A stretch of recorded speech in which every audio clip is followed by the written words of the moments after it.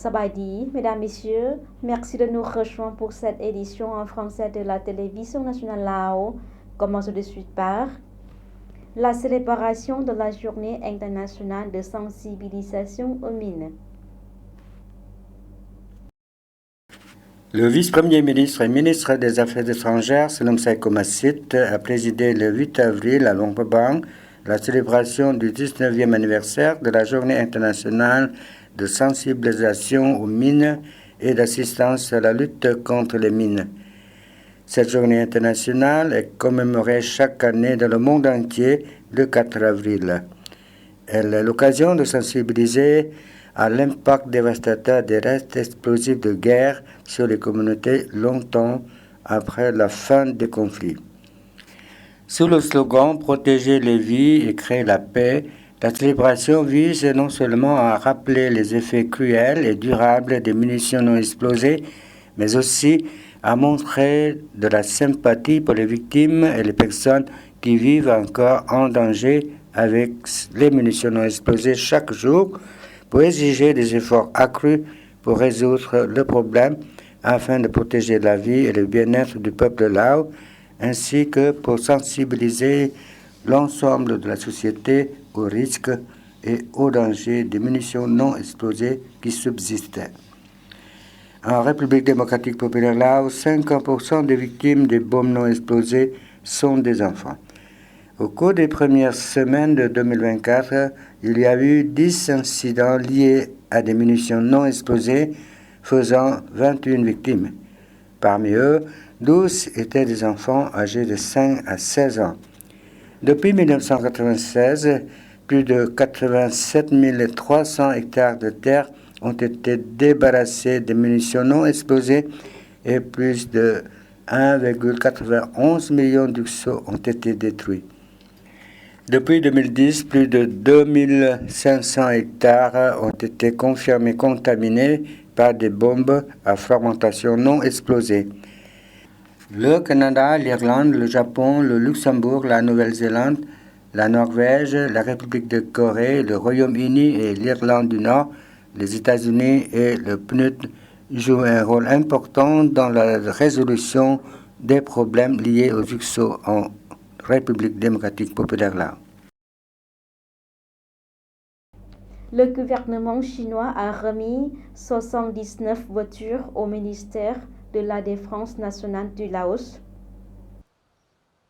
La cérémonie de remise s'est tenue le 9 avril au ministère de la Défense nationale en présence du général d'armée Thein Sein Montenalat, vice-premier ministre, ministre de la Défense nationale, et du colonel Li Ping, attaché militaire de l'ambassade de Chine au Laos.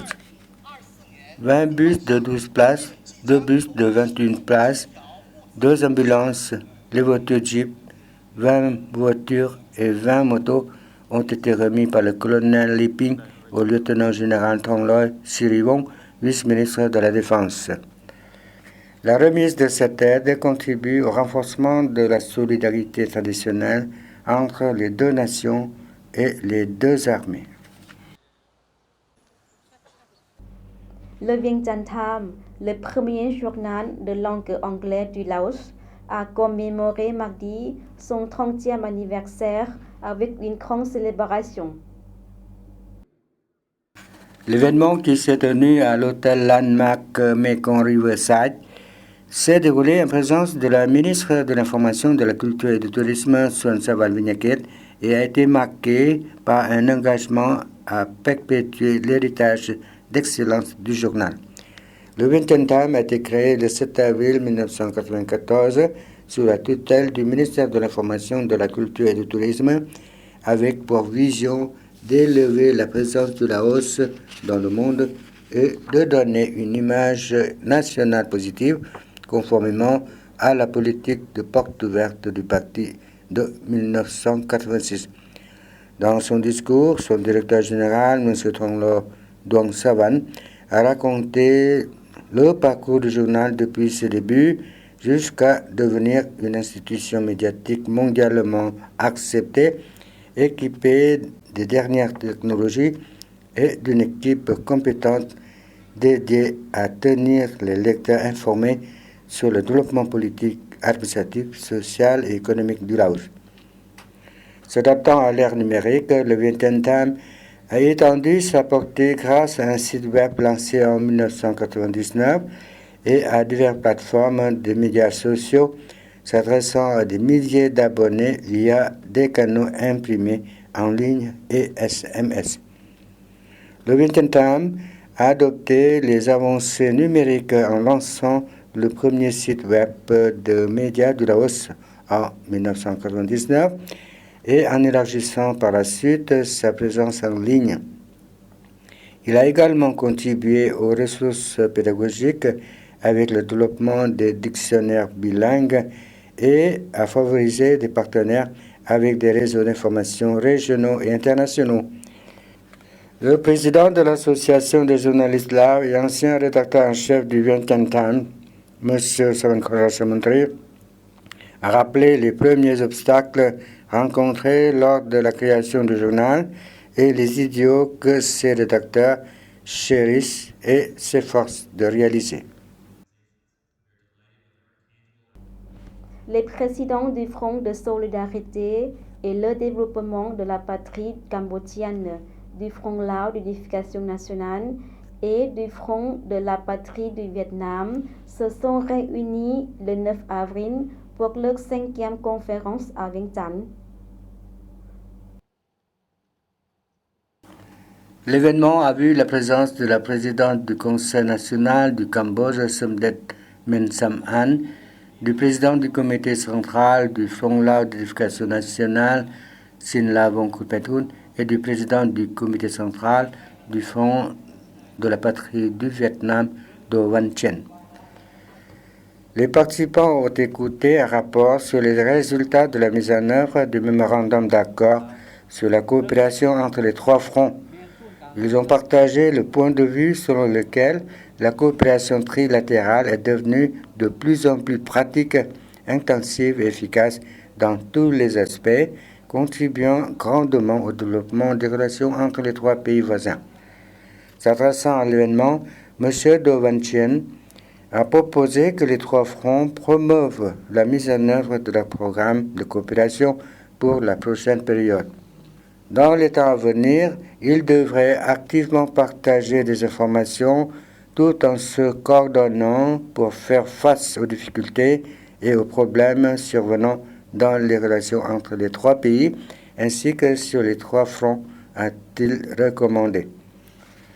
Ils devraient également continuer à augmenter des visites mutuelles à tous les niveaux, organiser à tour de rôle des réunions sur la construction des frontières de paix, d'amitié et de coopération pour un développement commun et poursuivre la communication pour sensibiliser la population, en particulier les jeunes générations, à la solidarité traditionnelle des peuples cambodgiens, lao et vietnamiens, ainsi qu'aux questions frontalières et territoriales.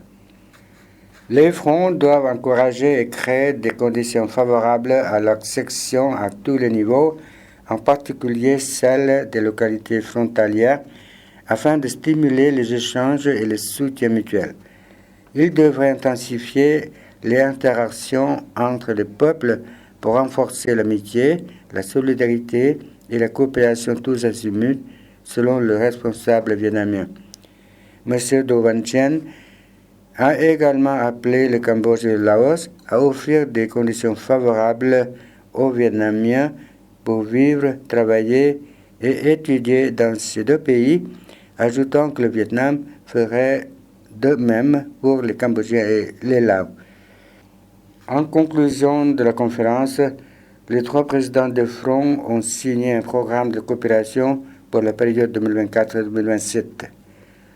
Plus tard, dans la même journée, la délégation du Front de la patrie du Vietnam a été reçue par le secrétaire général du comité central du Parti populaire révolutionnaire Lao et président Lao, Thongloun Sisulit, qui a hautement apprécié les résultats de la conférence qui, selon lui, contribueront à intensifier davantage la solidarité spéciale entre les trois pays.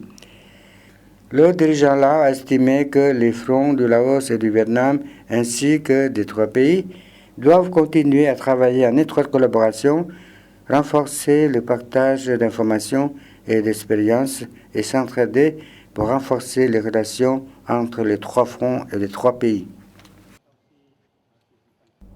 Le 5 avril 2024, les représentants de l'entreprise Bielao, dirigée par M. Seth Khamnon, manager des activités sociales, ont offert des fonds pour soutenir l'examen des licences au niveau national au cours de l'année scolaire 2023-2024. Ce soutien de 75 millions de kip a été reçu par M. Putsi Malawong, ministre de l'Éducation et des Sports. L'entreprise Bielao soutient les examens nationaux des lycées depuis 2015. Cette fois-ci, c'est la 9e fois d'une valeur totale de soutien de plus d'1 milliard de kip.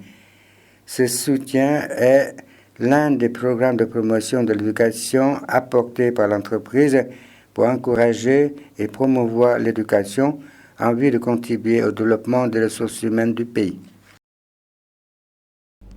L'Organisation de la jeunesse de l'ASEAN a organisé un forum économique de la jeunesse de l'ASEAN 2024 à Vientiane les 4 et 5 avril sur le thème « Promouvoir la sécurité alimentaire et le développement économique ».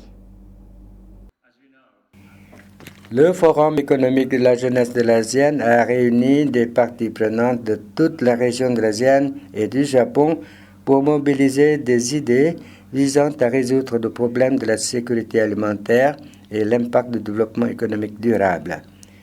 Il s'est déroulé en présence de M. Boatian Sihavong, secrétaire adjoint de la jeunesse du ministère de l'Agriculture et des Forêts, du directeur de l'entreprise de services agricoles, de M. Kenichi Kobayashi, ambassadeur du Japon au Laos, des représentants du ministère de l'Économie, du Commerce et de l'Industrie du Japon et les jeunes hommes d'affaires.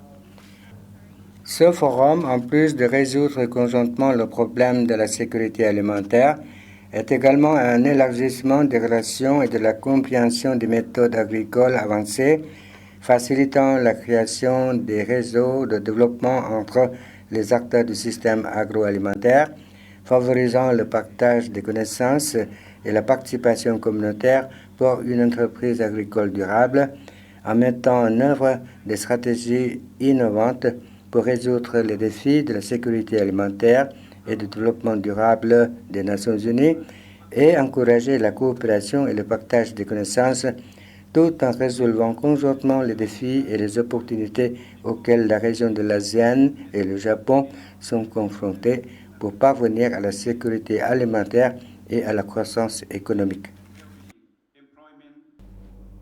Voilà, c'est la fin de cette édition. Toute l'équipe vous remercie pour votre fidélité. Pour voir ou revoir nos reportages, rendez-vous sur la page Internet du journal français de la télévision nationale Lao. Au revoir.